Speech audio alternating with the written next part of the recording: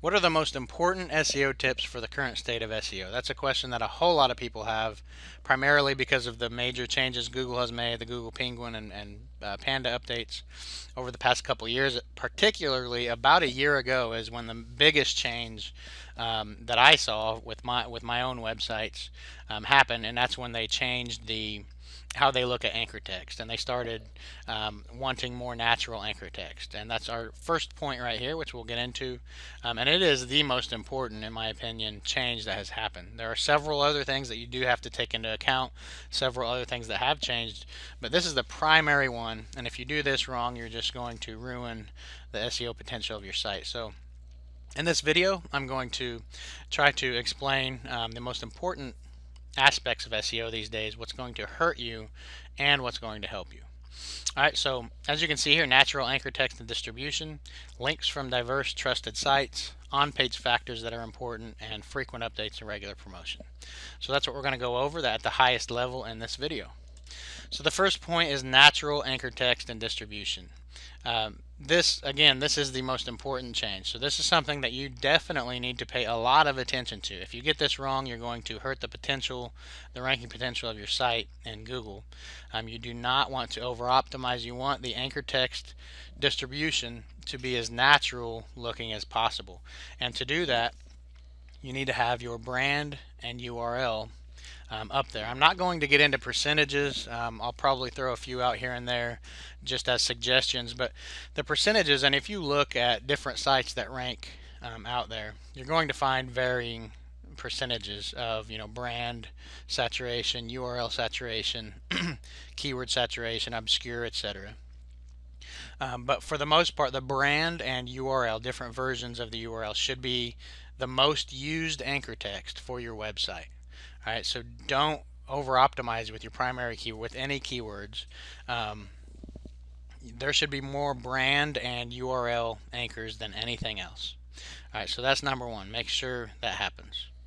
And the URL, www.mysite.com, mysite.com, http://www.mysite.com, just different variations of your URL. That's natural, that's what happens, and that's what they want to see. All right, backlink relevance is important, so try to get as many backlinks from highly relevant sources as possible.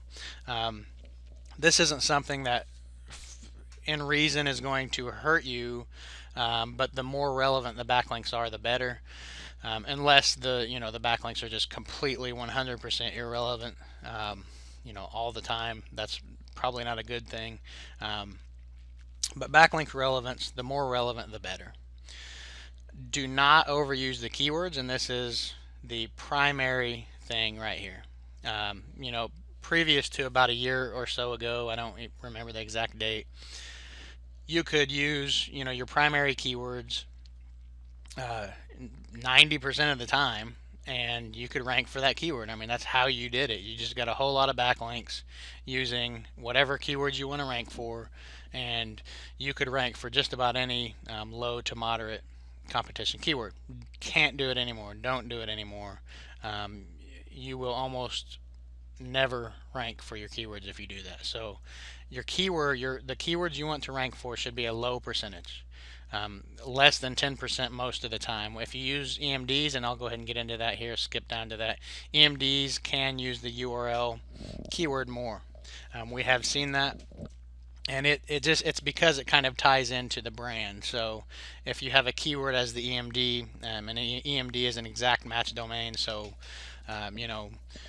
dogtrainingtips.com is an EMD for dog training tips. So if you were trying to rank for dog training tips and you owned dogtrainingtips.com, you could get away with using dog training tips as your anchor text a little more, maybe up to 10% or so. And again, there's no exact percentages. I definitely would not want to go much higher than 10% even with an EMD. But you can get away with that. We have seen that. That is true. But do not overuse your keywords. Use whatever the keywords are that you want to rank for. Definitely get them in there, but it should be a single-digit percentage. And your brand and URL needs to be much higher, the percentage. Use variations of your keywords, and don't be afraid of the low search volume keywords. Even if the Google Planner keyword tool says that your keyword, that the keywords only have 50 monthly searches, you can rank for 5 or 10 different keywords on one page just by including them in the page, and it being relevant to the keyword.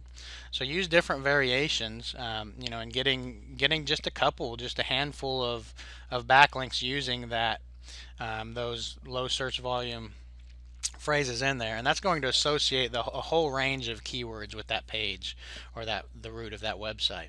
So use variations, and then your primary keywords, which are your keywords, usually your keywords with the highest search volume, the hardest ones to rank for. Use those in the anchor text from your most powerful backlinks. So the highest quality backlinks that you can get are usually going to be a small number. So for those small number of backlinks, which are more powerful, those are the ones you want to use your primary keywords in, your most competitive keywords, the hardest ones that are going to be ranked for. To get rankings for. So use your keywords in those powerful backlinks. If you have high PR backlinks, whatever you have, wherever they're coming from, use it in those. That way, that primary keyword is still only used a couple times, but the couple times that it is used, it's getting a lot of authority going through that, which associates it with that, and which will help you rank for that. All right, so links from diverse trusted sites. Stay away from low quality sites. Now, it's very important to understand what a low quality site is. And this is one of the things that the disinformation out there, the people who are doing these old tactics that don't work anymore, and then telling everyone, well, it's all because of the low quality. It's all because of the social bookmarks and stuff. So they just equate social bookmarks, article directories, etc., with low quality sites, and that is not the case. There are a lot of low quality social bookmarking sites and article directory sites and web directory sites, etc., forum profiles, etc. There are low quality sites out there, and you do want to stay away from them. But a type of a site does not tell you the quality. There are all kinds of very high quality social bookmarking sites and article directory sites. Easing Articles, Reddit, Stumble Upon. These are sites that are high quality, and there are a lot more than that. Those are just the top few off the top of my head. There are a lot of them out there, and these help you get ranked. I mean, sites that get into these sites, that get submitted to these sites, that's a trust ranking signal for Google. So get your sites into them. Be careful which ones they go into. But get your sites into them. Don't be afraid to get backlinks from these manual, these easy backlink sources. Just make sure they're not low quality backlinks. So how do you know, which ones are low quality? The root PR is a good way to filter, but it is not the only way to filter. So if you just want to not get too deep into it, you're going to get rid of some sites that could have been quality. But it's a pretty effective way to make sure that you're only submitting to good sites. Is just get rid of all backlink sources that do not have PageRank, and that's Google Toolbar PageRank.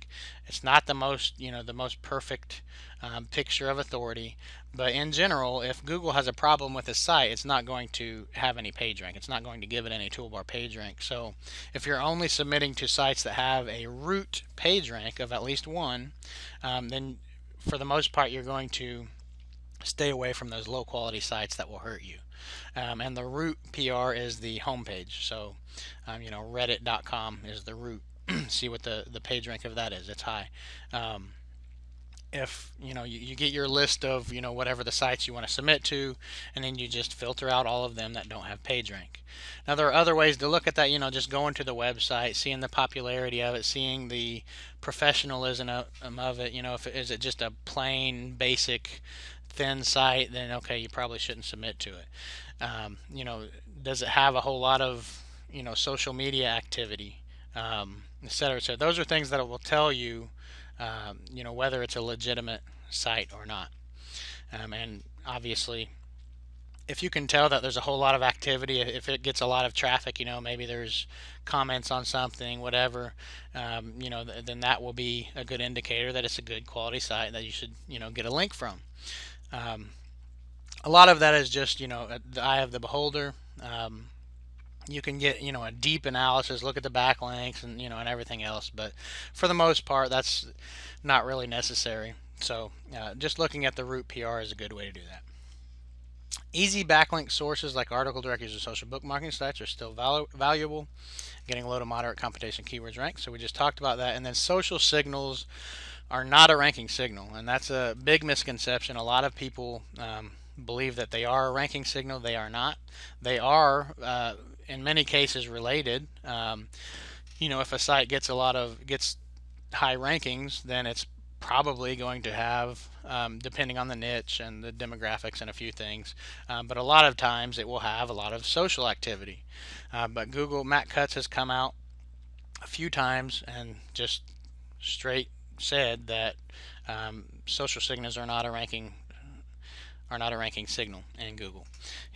In the past, there's been some confusion on it. He said that he kind of hinted towards they were a ranking signal in the past a few years ago. Now they're saying they're not, and all indications go towards them not being a ranking signal. That doesn't mean that you should not be doing any social media. Social media can very well help because they can invite natural backlinks. That happens a lot these days. So social media is a good thing. Facebook is good, Twitter, whatever you're doing. If you feel like you need to do it, then do it. Social media is a good thing, definitely. Can drive traffic, a lot of traffic, and can invite backlinks. So social media is a good thing to do because you can get those natural backlinks from it. But don't spend your SEO budget on trying to get social signals if they aren't good, quality quality, where you're going to actually get traffic and, have the potential to getting natural backlinks. All right. So on-page factors are still important. They're very important. There's a few things that are very important. So targeting the keywords, targeted keywords should appear in the content, and the primary keywords should appear in the title. So you want to try to target various phrases, and that's the second point here, target various phrases per page. Don't just target one keyword on each page. You want to target one primary keyword, absolutely, and that primary keyword should be in the title, and that should be a keyword that gets a decent amount of monthly searches. It all depends on what your plan is, what you're targeting, etc. Just a kind of a general rule of thumb. I try to go somewhere in the 800 plus monthly searches range per internal page, but that's just kind of a random number. And that should be in your title. So you want that to be in your title tag, preferably in the front of the title, and then you want your brand in there. You want it to be natural, not just the keyword. You want to have a little bit more in there to entice the user to click, and just for a more natural appearance. And then you want to get some variations of that primary keyword on the page, so you can rank for, you could be ranking for 5 or 10 different variations of that phrase that get a smaller number of searches per month, but result in them piling up and equaling a decent amount of searches. So you want to do that and make sure that you get those keywords on the page. So if you want to rank for red widgets and the word or the phrase red widgets doesn't even appear on your page, that's going to be much harder to get that page to rank for red widgets. So make sure the keywords that you want to rank for, the primary and the variations, appear on the page. In the actual content of the page. Don't overdo it. Make sure it sounds natural. You definitely don't want to have every other word with a keyword. Per 500 words, my general rule of thumb is 1 or 2 instances of each keyword per keyword. So don't overdo it. But make sure the keywords are on there. Don't over optimize. Don't have, if you're targeting red widgets, you don't want to have, the subheading of your, in your sidebar, red widgets, and then, you have the word red widgets 5 times in your article, and then you have red widgets in the title of the, of the article, and then you have red widgets in the title of the page, and then you have red widgets in the alt tag of the images. So you don't want to over optimize. It's natural to have variations of a keyword. So if this page is about red widgets, it's natural to have, and red widgets might not be the best example. Let's say dog treats. If dog treats is the pay is what you're targeting on the page, then it's natural to have puppy treats. Natural puppy treats, affordable puppy. Just affordable puppy snacks. Different variations of that keyword is natural. So you don't want to eliminate all the variations and target only one specific keyword, because that is artificial looking, and in many cases that will hurt you. So use variations of your keywords on your pages. Not only is it going to keep your page from being seen as artificial to Google, but it's going to help you to rank for these different variations of the keywords. And uh, I always like to do a little keyword research for those phrases and try to get phrases that actually have a little bit of search volume.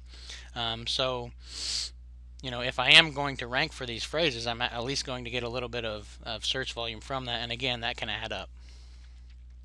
The definition of quality content depends on the judge of it.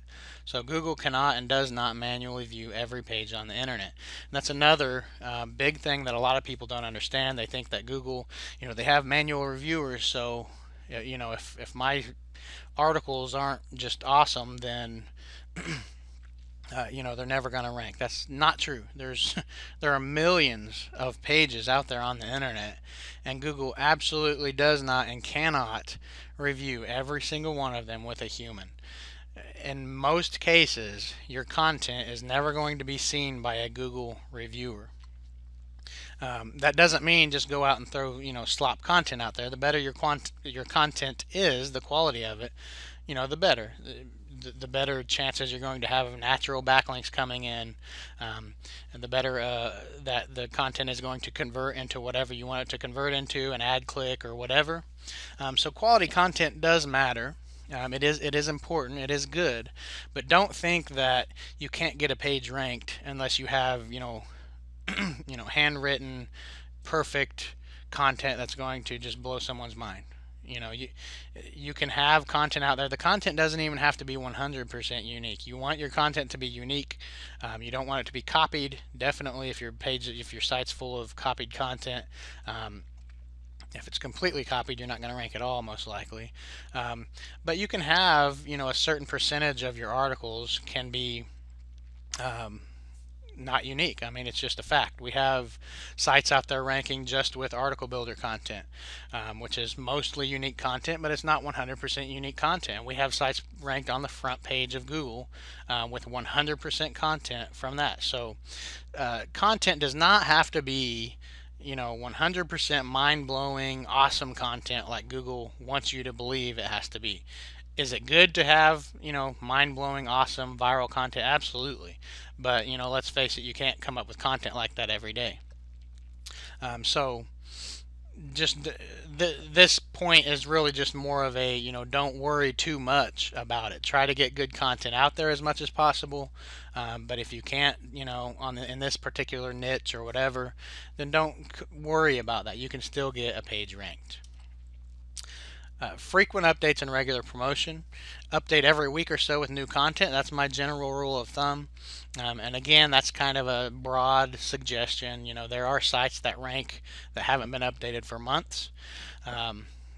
It does look like it's looked at much more these days that a page, that a site needs to be updated fairly regularly to hold a ranking, especially if it's a good keyword, a keyword with a lot of search volume, with a lot of competition. So it is a sign of legitimacy. But another thing is, the more content you have, the more potential rankings you have. So you want to keep producing content. The more content you have, the more rankings. If you have 10 articles of similar quality and similar ranking potential, then and your competitor has 10,000, he's going to get massive traffic compared to what you're going to get. So the more articles you can get out there, the better, not only for Google, but just for or not only to appease their algorithm, into the overall rankings of your site, but also to collect more ranking potential over time. And then continue to obtain backlinks each month. It shows gradual growth of the site. Can you go without building backlinks for a month or two and still obtain rankings? Sure, you can. But if you completely quit after building links for a while, your rankings are, in most cases, going to go down. And again, that depends on the niche, the competition. It depends on a few things. Um, can you continue to rank for a long period of time without it? Yes. In many cases, you will not, though. So it is important to continue to build backlinks over time. It shows gradual growth, and it's just a good thing. I mean, you want to obtain those rankings and continue to obtain more rankings.